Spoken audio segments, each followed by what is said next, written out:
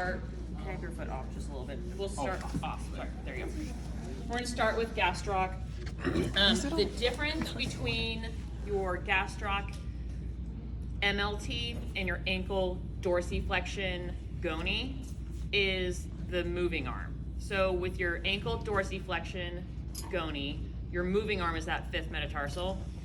With the Gastroc MLT, muscle length test, you're actually lining it up with how much, the calcaneus is moving. Does that make sense what I'm saying? Yes.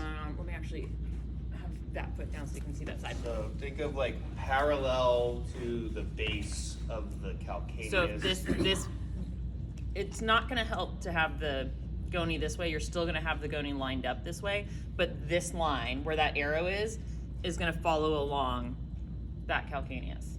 Does that make sense? Yeah. Okay. So for the Gastroc, you want to bolster under the ankle. You want full knee extension. We'll get to Soleus in a second, but again, Gastroc, full knee extension so that you're locking out that end of the muscle. Remember with MLTs, you're winding up all the other parts and then you're going to measure the last section that you move. Neutral, inversion, eversion, you just want him in, or your patient, they, in that neutral position. Same thing, relax. And you're going to tell your patient, exhale. And you're going to push. This one you're probably going to feel, if they would relax, that muscle resistance much, much earlier. I believe 10 degrees. Yeah, 10 degrees for Gastroc MLT is normal. Again, depending on your patient's activity level, injury, et cetera, you can get much less than that.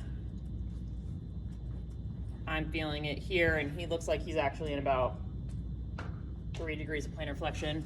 But again, I'm looking here, right? Not on the fifth met. So I would say, yeah, about 3 degrees of plantar flexion. You do not need to do the preset. This is not a goni, this is MLT. I'm sorry, am I totally blocking when I have you over here? But your landmarks otherwise are still gonna be lateral malleolus, up along the fibula. You're just parallel to the rear foot now, okay? Putting it there, and it looks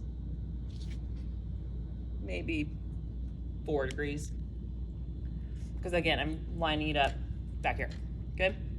For Soleus MLT, you can do 2 ways. Same thing, same position, as Gastroc, but again, you move the bolster underneath the knee to get some more knee flexion the way that I actually prefer, and I'll show you. I'm gonna have you lay on your stomach, please. Sure. And knee at the edge, there you go. So you're just gonna flex the leg to 90, so that way the Gastroc is definitely on slack taken out.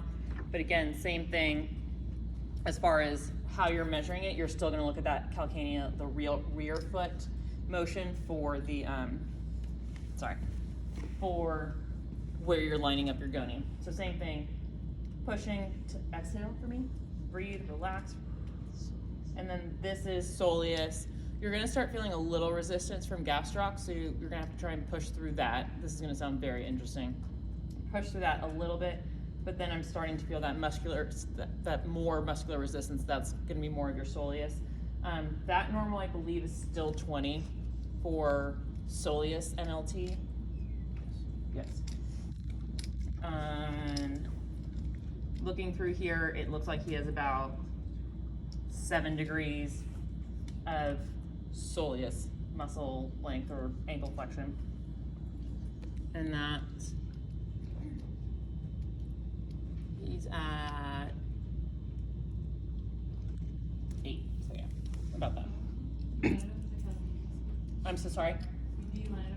Yes, so the other landmarks are still the same, still that lateral malleolus, still stabilizing along the fibula, but lining up that rear foot. Because this is where your muscle's attaching. Your muscles aren't attaching on that foot, so you can get extra motion from some of those metatarsals also dorsiflexing, which is why you're not using that fifth ray. Does that make sense? Or fifth metatarsal? Does that make sense? Yes. Yes, no, maybe so. This is the attachment of those muscles. So the MLT is parallel, So like the to calcaneus. Yes, For and the moving then arm. and then for the goni for Goni. dorsiflexion, it's the 5th met. Yes. Okay. Clear as mud. Okay. Next we have tibialis anterior. So I'm gonna have you go back on your back, please.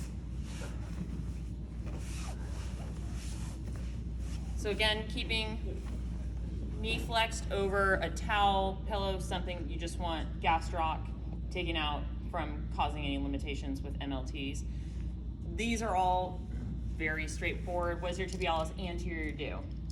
Plantar flexion and inversion. Eversion. So what am I going to do for MLT? Plantar flexion. Plantar flexion, eversion. Technically, you can measure either one where you could invert first and then plantar flex. I think the way that the videos show it and the way that I think is much easier to do is if you plantar flex and then measure the inversion, because you can measure it the same way that you did with your goni, where you're going to use the same landmarks, dome of the talus along the tibial crest, second met, and you're locking out that plantar flexion, and then you're just coming into that inversion until you feel that first resistance, and I'm getting 14 degrees inversion. Are you doing tib anterior? Isn't the action inversion? Inversion. Sorry, It does eversion. inversion. Yes, sorry. It plantar flexes invert, so your plantar flexors are everting. Thank you very much. That's the pronoun. Anyways, so yes, still plantar flexing first and measuring that eversion. However, like I said, if you want to evert and then plantar flex, you can measure the plantar flexion as well, but you need to verbalize that to us and explain it to us that that's the last motion that you did. Because remember, with MLTs, you're always measuring the last motion that you did. And for eversion, I'm starting to get that muscle pull at 12 degrees of eversion. So then for tibialis posterior, what would be the difference? I'd be dorsiflexing. Relax. Relax your foot. One thing that helps me here with the dorsiflexion is I can use my leg to help hold the dorsiflexion, same landmarks, and I'm still gonna evert, but I'm using my leg to help hold that dorsiflexion as I measure, and I'm getting 20 degrees of eversion, and that will be the MLT for posterior tib. For anterior tib, what's the normal? Hold on, I have to remember all these numbers too. I don't have, do you have normals for those? They're not normals for these. Most MLTs, there typically aren't normals, so what are you going to compare these to? Bilateral Bilateral. Slash / goni.